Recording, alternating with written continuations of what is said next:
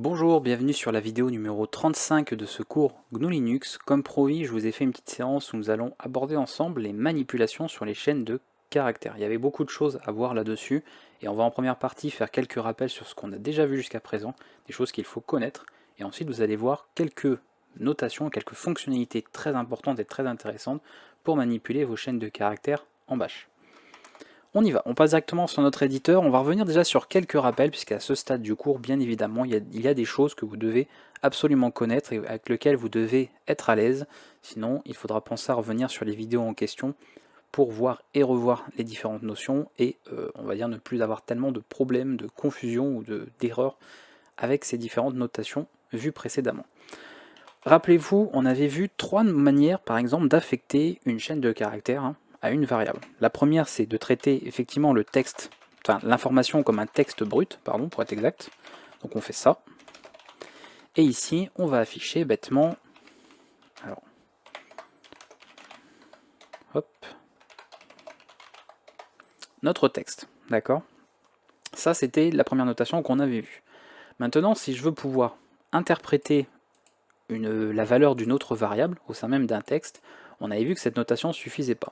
Admettons que je fasse ceci, alors je vais mettre world ici, name, et que je demande d'afficher non pas le texte mais le contenu de cette variable name, donc avec la notation qu'on connaît bien. Avec ce type d'affichage, on voit que l'information encore une fois est traitée comme du texte brut, et évidemment c'est le cas, et donc on n'obtient pas le résultat que l'on veut. À partir de là, plutôt que des simples cotes, des simples guillemets, on va devoir utiliser donc les guillemets doubles, les doubles cotes, ici, et là automatiquement nous allons interpréter l'information et faire les remplacements nécessaires si nous rencontrons des variables, d'accord? Si au niveau de la chaîne nous en avons. On a donc le remplacement qui est fait, pas de problème. Ça c'était la deuxième notation qu'on avait vue. Et on avait terminé enfin avec une notation qui permet d'exécution, donc on va ici interpréter une commande, l'exécuter, récupérer le retour de cette commande et l'affecter à une variable. Donc je vais reprendre l'exemple ici, je vais l'appeler res input, non, voilà, on va garder le nom, peu importe, ici, avec des anticotes, donc le Alt-Gr et la touche 7, et par exemple on faisait un petit ls-a, la commande est exécutée, son retour est affecté à str, et ici on peut afficher le contenu, donc on récupère toute l'information. Voilà, ce sont trois syntaxes qu'on avait vues très importantes pour finalement la manière de indiquer une chaîne de caractères, mais vous voyez qu'ils ne se comportent pas de la même manière. Soit du texte brut, soit interprétation d'éventuelles variables, ou alors carrément exécution d'une commande en bash. Très important. On avait vu ça, mais je vous avais dit qu'on ferait une vidéo dédiée aux chaînes de caractères parce qu'on va pouvoir faire beaucoup plus de choses que ça. Autant avec des chiffres, des nombres, on peut faire donc des opérations, on peut éventuellement après plus tard faire des opérations mathématiques avec des fonctions mathématiques, racines, puissance, etc. Pas de problème. Pour les chaînes de caractères, bien sûr, c'est un autre type de données et donc d'autres manipulations que nous allons pouvoir effectuer sur ces dernières. Alors si vous êtes habitué d'autres langages de programmation, vous savez que généralement vous passez par des fonctions, vous passez par des méthodes, bref, vous passez par tout un tas d'outils pour effectuer des manipulations sur vos chaînes. Et ici en bash, l'avantage c'est que nous allons simplement appliquer des notations particulières pour le faire. Alors comme vous l'avez vu jusqu'à présent, Bash est un langage qui est très riche en niveau syntaxe, niveau syntaxique, niveau notation, etc. On peut par exemple faire évaluer une expression avec la commande expr que je n'ai pas trop montré puisque c'est quand même pour des cas assez particuliers. Et de toute façon, je ne peux pas vous montrer toutes les manières de notation, de noter disponibles, parce que ça ne serait pas forcément utile et ce serait plus confus qu'autre chose. Donc ici, on va se concentrer sur une notation particulière qu'on a déjà vue, mine de rien, et on va l'utiliser de manière un peu plus étoffée pour faire nos manipulations sur nos chaînes. Vous vous souvenez très probablement, alors on va repasser sur un Hello World ici, voilà, de cette notation ci, qu'on avait déjà vue précédemment. Alors à ce stade, si je fais l'exécution de mon programme, on voit qu'on n'observe pas de changement. J'aurais mis les accolades ou pas, là il n'y aurait pas eu de différence à ce stade. Évidemment, cette notation existe pour pouvoir utiliser d'autres notations différentes, on va pouvoir rajouter certaines choses pour effectuer des opérations bien précises. Au niveau de notre chaîne de caractères, une première information qu'on a souvent besoin de récupérer en informatique, en programmation pour être exact, c'est la longueur d'une chaîne, c'est-à-dire le nombre de caractères qu'elle contient. Ici, pas besoin de faire appel précisément à une fonction ou autre, d'autant qu'à ce stade, on n'a pas encore abordé les fonctions d'ailleurs en bash précisément, mais ici, avec le simple ajout, alors visuellement on voit que c'est un croisillon, comme le croisillon du langage C#, mais, ou le dièse, mais en fait c'est le caractère dièse, donc avec Alt-Gr et la touche 3, je rappelle, que vous ajoutez au début ici du nom de votre variable, et on va pouvoir non pas donc avoir le contenu de la variable, mais à l'exécution, la longueur de la chaîne. Si je rajoute des caractères, je rappelle que les espaces sont considérés comme des caractères en informatique, donc ils comptent aussi.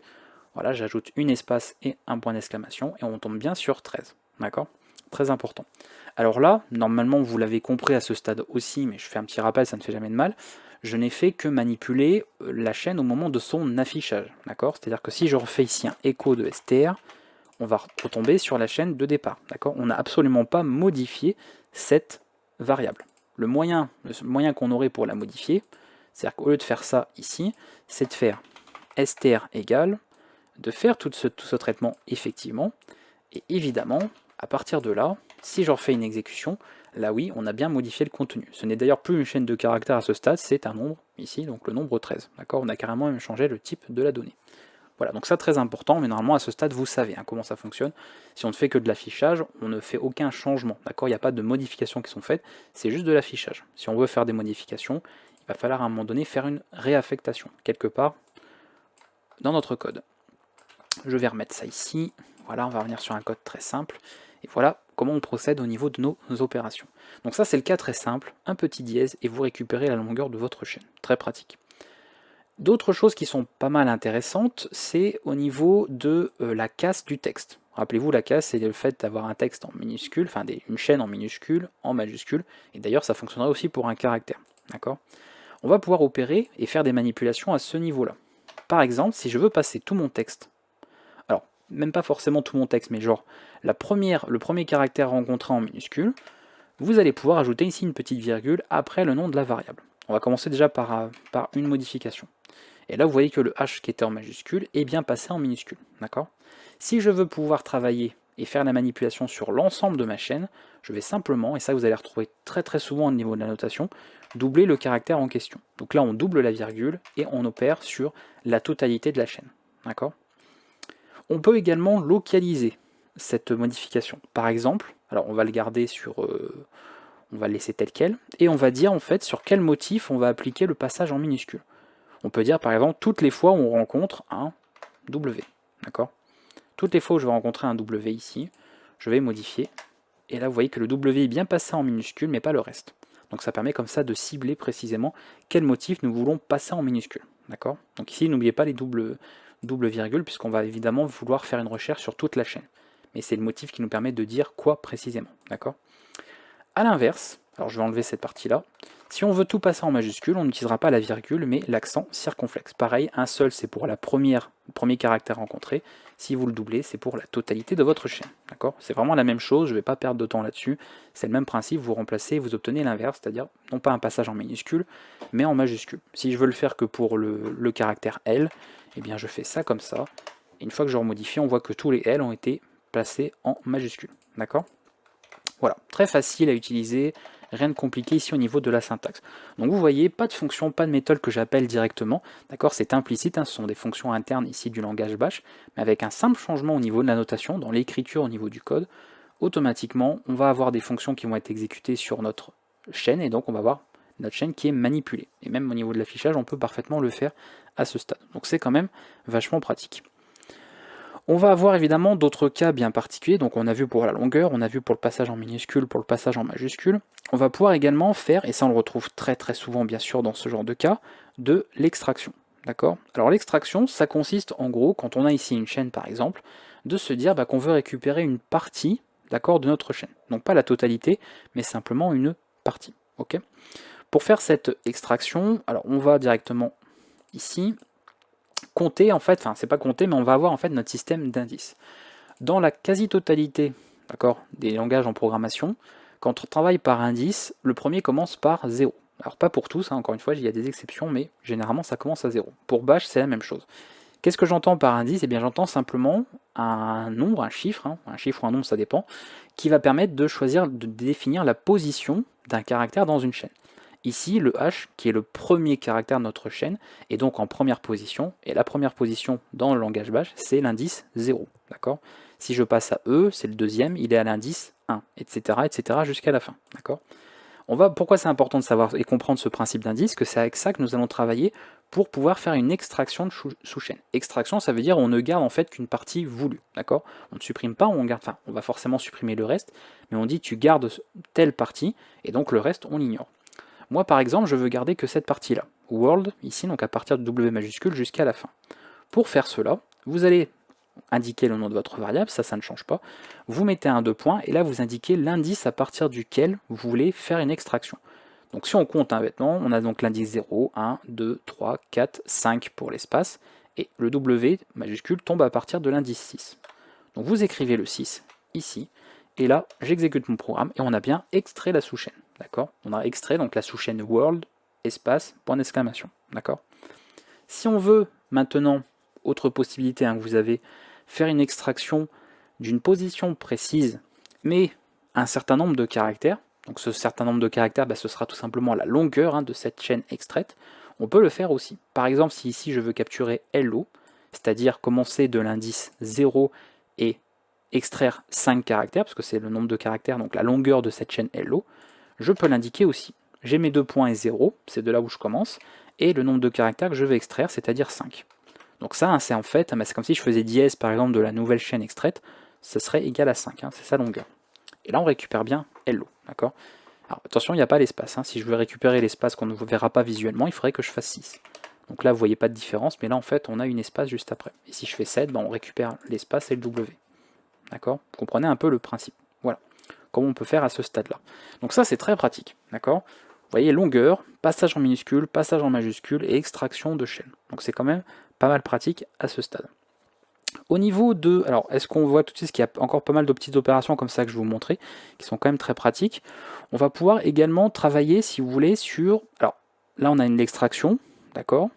On peut aussi procéder finalement à l'inverse. C'est-à-dire qu'on va pouvoir faire carrément de la suppression, mais on le verra après, parce qu'il faut peut-être que je vous montre tout ce qui est remplacement, parce que ça reprend un peu la syntaxe d'un remplacement de, on va dire, motif par un autre, et on partira de cette syntaxe pour faire carrément une suppression, finalement, dans notre chaîne.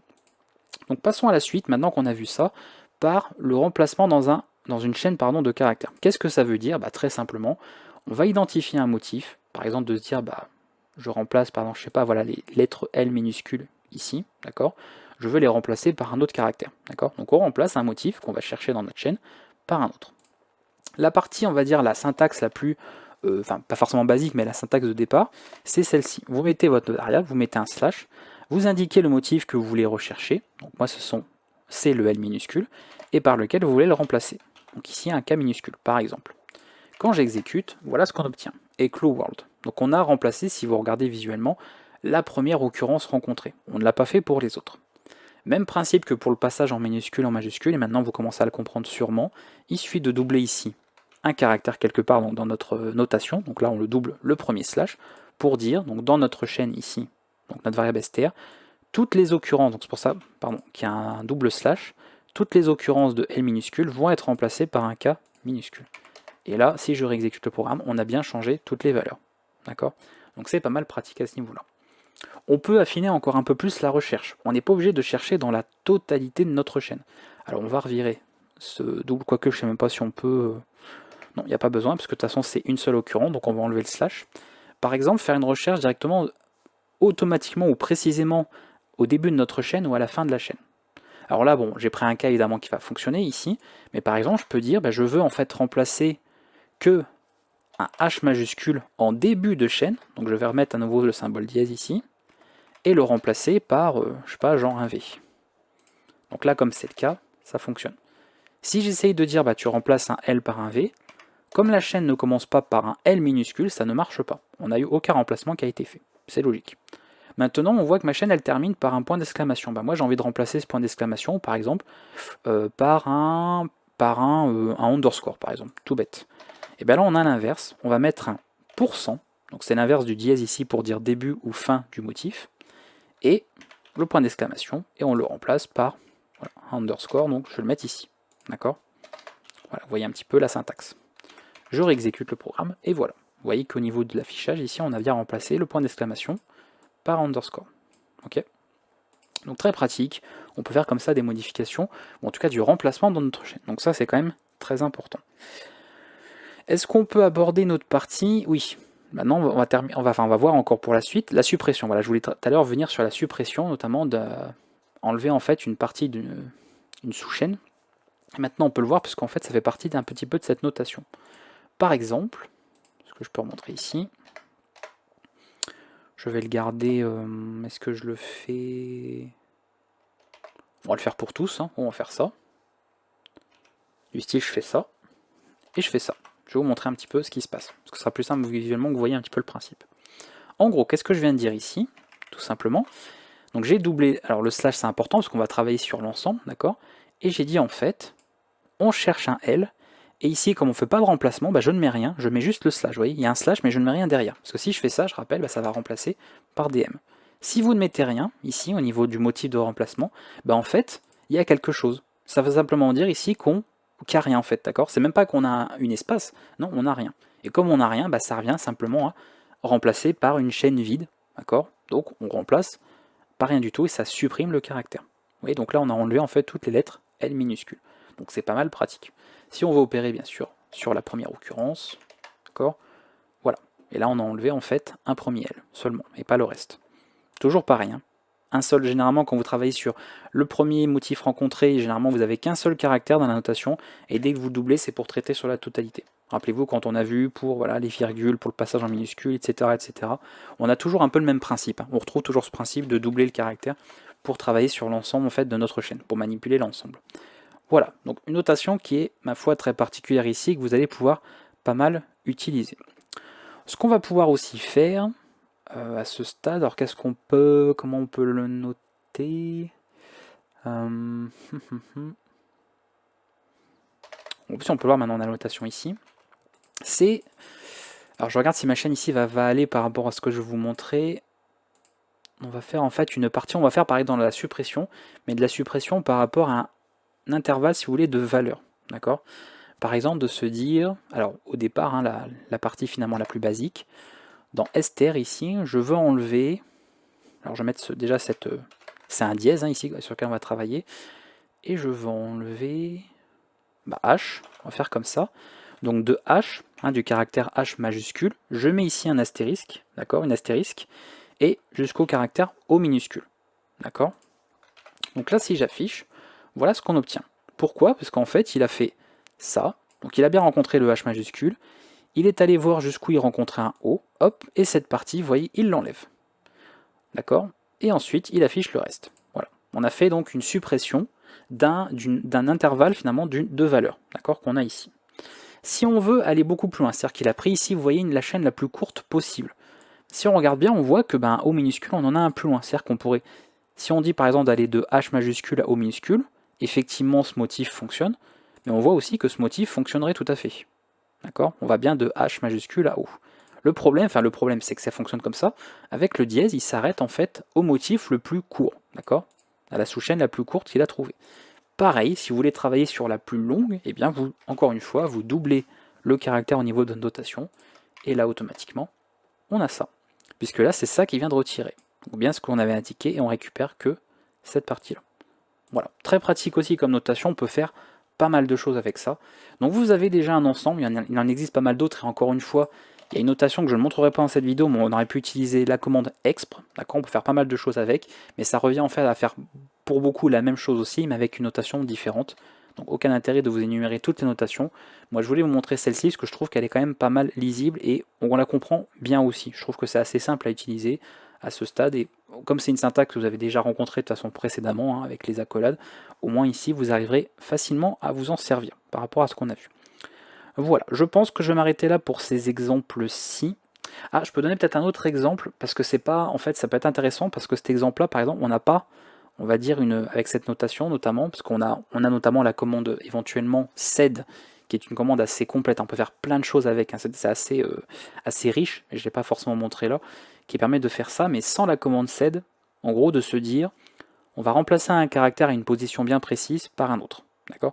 Par exemple, le caractère qui est à l'indice ici, d'accord? Donc ce serait 0, 1, 2, 3, c'est 4. Voilà, celui qui est à l'indice 4, tu le remplaces par autre chose. Comment on pourrait faire ça? D'accord? Du style, tu le remplaces par un i. Voilà. On va remplacer ce caractère-là par un i. Dans certains langages, on peut très facilement le faire. D'accord? On dirait, bah voilà, le caractère qui est, je sais pas moi, on aurait quelque chose comme ça, qui est à l'indice 4, tu le remplaces par autre chose, d'accord? Ou 7, enfin ça dépend des langages de programmation, mais on aurait voilà, une fonction toute faite, une méthode pour faire ce remplacement ici. Là, avec la notation qu'on a, on n'a pas vraiment d'outil direct pour le faire. Par contre, ce qu'il faut comprendre, c'est que vous pouvez parfaitement mélanger, vous pouvez bien évidemment cumuler ces manipulations de chaînes, d'accord, qu'on fait. On peut parfaitement le faire. Par exemple, bon, quelque chose tout bête, je pourrais tout à fait faire ça. Alors si je fais cette notation, d'ailleurs, tiens, ça va faire un petit rappel sur la notation avec les doubles guillemets aussi, pourquoi pas, donc je vais vous le noter. Je peux très bien faire str de, qu'est-ce qu'on avait vu tout à l'heure, de 0, 5, c'est ça qu'on avait fait, oui. Et par exemple ici, je fais ça. Dièse, str. Ça, si vous avez bien compris, ici c'est pour extraire, d'accord, la sous-chaîne depuis l'indice 0, 5 caractères, et ça c'est pour la longueur de la chaîne. Si j'affiche à l'exécution, on obtient ça, d'accord. Admettons que là, vous voyez que le formatage ne vous plaît pas, on veut se séparer. On aurait pour réflexe de faire ça, d'accord. On voit que ça fonctionne. Maintenant, si je fais ça, on voit que ça ne fonctionne pas. Il ne traite qu'une seule espace au niveau d'ici de mon formatage. C'est là aussi, donc ça fera comme ça un petit rappel, qu'avec l'usage des doubles guillemets, puisqu'on sait qu'elles interprètent le contenu, parce que ça c'est comme des variables en fait, cette notation on travaille avec, on traite en fait une expression ici, on l'interprète, ici, hop, tous les caractères sont pris en compte, très important. D'où le fait, donc ça c'est plus pour un rappel, d'utiliser ces symboles. On pourrait très bien encore une fois, pareil, marquer ça comme ça. Rappelez-vous qu'on l'avait déjà vu précédemment. Mais le problème c'est qu'ici, c'est traité tel quel. Donc si on veut commencer à mettre des espaces, des retours à la ligne ou autre, c'est quand même toujours plus pratique, d'accord, de gérer ça en fait. Comme ça, voilà, hop, on a en fait un formatage bien précis qui est bien respecté. Donc c'est quand même pas mal important. Ça c'était plus pour le petit rappel, parce que je l'ai vu quand j'étais en train de montrer ça. Donc je me suis dit pourquoi pas revenir là-dessus. Alors pourquoi je vous indique ça? Tout simplement, vous avez vu que dans une seule commande, j'ai utilisé plusieurs fois cette syntaxe. Rien ne m'empêche de le faire. Ok. Qu'est-ce que ça veut dire de remplacer ce caractère à l'indice finalement 4, d'accord, par exemple la lettre I, le caractère plutôt I, pour procéder? Eh bien en fait, ça veut simplement dire, finalement, d'extraire la partie qu'on veut, donc c'est-à-dire ça, d'accord. Donc on peut le noter, on peut le faire étape par étape, donc c'est de quoi? C'est de l'indice 0 à avec 4 caractères, donc c'est str, indice 0, 4 caractères, et je cumule avec autre chose. Ici le haut, j'en veux plus. On a dit qu'on veut le remplacer par un i, pas de problème, je le mets là. Parce que je vous rappelle que echo, elle affiche en fait tout ce qu'on lui donne là. Donc pas de problème, à la rigueur, si on veut même être précis, on peut faire ça. Si vous avez peur de vous tromper, vous faites ça. Voilà, comme ça, ça vous fait la coloration dans votre éditeur et vous verrez que c'est bien quelque chose qu'on va afficher. Donc ça, on est d'accord, on l'a vu précédemment, ça va bien nous afficher ça. Ok, on est parfaitement d'accord. Là, on affiche le i après, donc on aura bien li, donc on va bien avoir fait le changement qu'on veut. Et ensuite, là, on veut récupérer la suite. Donc la suite, ça on connaît aussi, il suffit de partir d'un indice jusqu'à la fin. Donc c'est str, et str à partir de, donc non pas donc 0, 1, 2, 3, 4, 5, donc à partir de l'indice 5. Donc c'est toujours en fait l'indice, si vous voulez, si là c'est l'indice n, d'accord, vous voulez vous arrêter, la suite c'est l'indice n plus 1, d'accord, c'est toujours 1 de plus. Puisqu'on a ici remplacé un seul caractère. Si c'était 2, bon évidemment ça changerait. Et là, l'affichage, voilà, j'ai fait mon remplacement. Donc ça, c'est une petite astuce que vous pouvez faire qui fonctionne, ou quand vous n'avez pas forcément de notation précise pour dire, en fait, à tel indice, tu remplaces par autre chose, d'accord. On ne peut pas s'amuser, par exemple, à dire ASTR, par exemple, je sais pas moi, ASTR de l'indice 4, voilà, tu remplaces par autre chose, du genre, tu fais ça, voilà, et ASTR de 4, tu remplaces par I, d'accord. Ça ne marche pas, de toute façon, on va voir après, on va aborder d'autres choses, bien sûr, sur ce cours. Et bien là, vous cumulez, en fait, ce que vous avez vu, d'accord, au niveau des notations. Donc on fait en fait, on reconstruit, si vous voulez, une nouvelle chaîne. On prend une extraction, on met le caractère qu'on veut remplacer et on met le reste. Et ce qui fait qu'on aura ignoré ce haut. Terminé. Voilà. Donc on est obligé de faire deux parties. Parce que là ici notre i il tombe au plein milieu, enfin il tombe au milieu de la chaîne, il tombe pas au tout début ou à toute fin. Il tombe dedans, en fait, dans cette partie-là. Donc forcément, on est obligé d'avoir l'extraction pour prendre le début de notre chaîne, d'accord, la partie qu'on veut avant, le caractère qu'on a remplacé, et la partie qui vient après, le caractère qu'on a remplacé. Donc on peut parfaitement composer tout ça, et ça fonctionne aussi. D'accord. Et je rappelle, bien sûr, si je fais ça dans une nouvelle chaîne, new str, d'accord, bien sûr, ça va fonctionner. Et là, en plus, on aura vraiment modifié notre variable. Ici. Ok. Alors on aura même d'ailleurs, attendez, on aura pris tout ça, c'est parce que j'ai changé le nom, oui. On aura même gardé voilà, toute la partie là d'ailleurs. Oui, parce que là on a fait une affectation, donc là automatiquement on change l'information. Très important, d'accord? C'est-à-dire que là, on ne fait pas qu'un affichage, on a modifié en fait cette partie, et donc on n'a plus la même information. C'est-à-dire que là, en fait, on a perdu ça, et automatiquement on ne l'a plus. Donc très important, bien sûr, entre le changement que vous faites, d'accord, et l'affichage. L'affichage, rappelle, on manipule, mais on ne va pas modifier. Là, le problème, c'est comme on a deux opérations qui sont faites, donc ça tombe bien que je vous montre ça, vous voyez qu'automatiquement, on va changer, en fait, ce qu'on a, d'accord, ce avec quoi on travaille. Donc ça, il faut le savoir aussi. Voilà, je pense que pour cette deuxième partie, on a vu pas mal de choses, ça vous fait un plein de petits outils pour manipuler vos chaînes, donc il y en a pas mal, mine de rien. Et on va terminer, et ça j'en parlais pour ceux qui programment notamment en langage C, par une petite fonction très pratique que vous utilisez en langage C pour faire de l'affichage, que vous allez pouvoir réutiliser également en Bash, d'accord, parce que c'est intimement lié. Mais la syntaxe va légèrement changer, mais honnêtement, ce ne sera pas compliqué, d'accord. Alors, principe tout simple, et c'est ce que nous allons voir, c'est, alors déjà je peux noter... Comment je peux... Alors, par contre, on va peut-être avoir besoin de plus d'informations. Animal, on va mettre un chat. Voilà, faire ça comme ça. Et ici, alors on pourrait faire ça comme ça. D'accord, je vais remettre genre le texte comme ceci. Genre bonjour le. D'accord, ça c'est une notation qu'on avait vue précédemment sur le cours avec les variables, tout ça. Ok, ça fera le remplacement directement. Mais vous n'êtes pas obligé d'utiliser echo.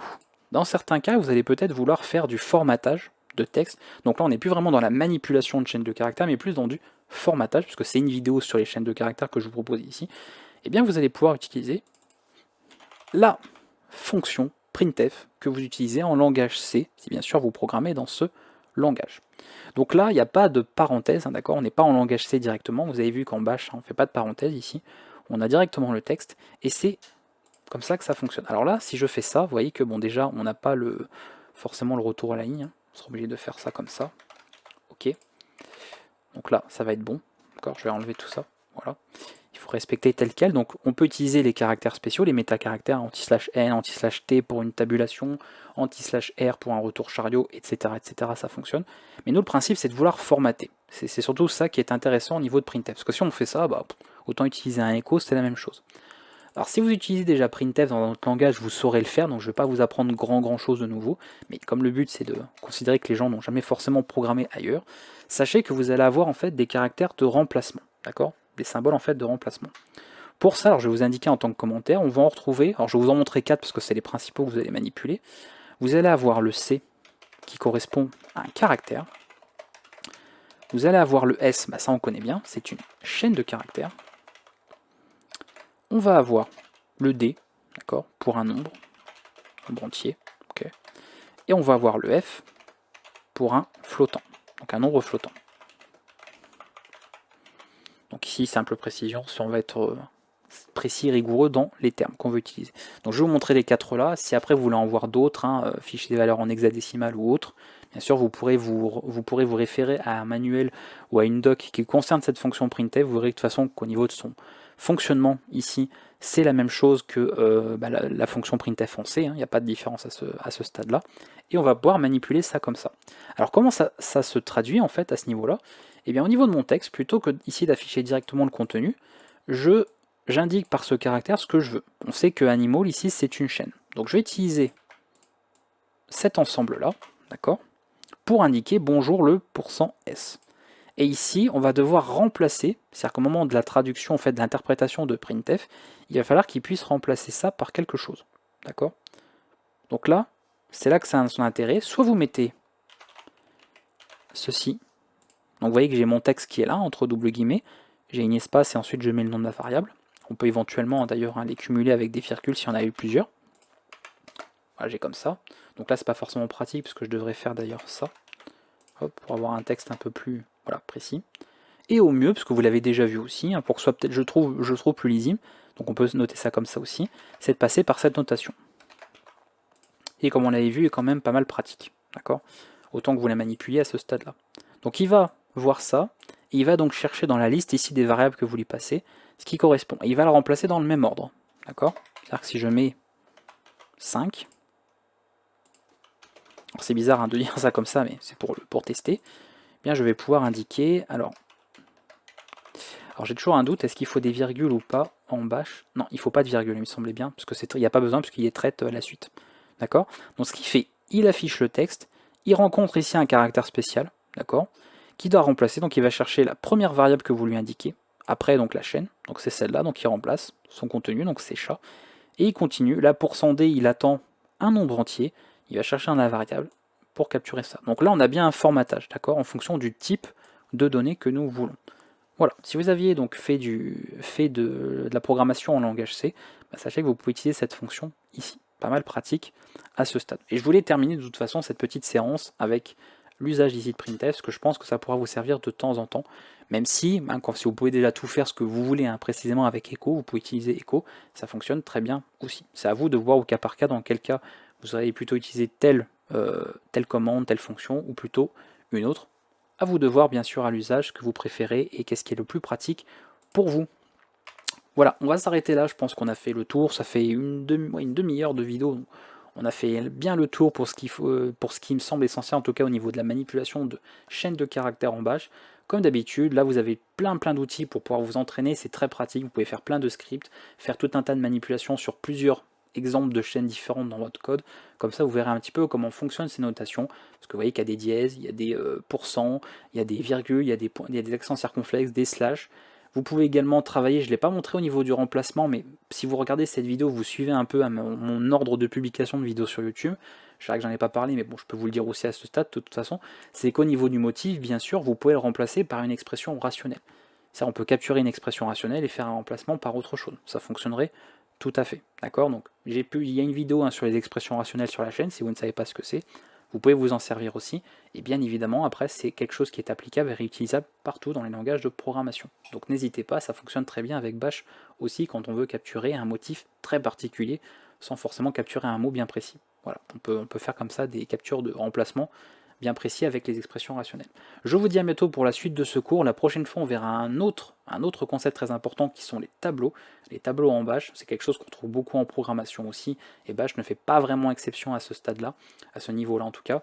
Donc on verra ça pour la prochaine séance. Je vous dis à bientôt, n'hésitez pas à vous entraîner, bon codage, et on se retrouve pour la suite en tout cas sur ce cours. A bientôt tout le monde.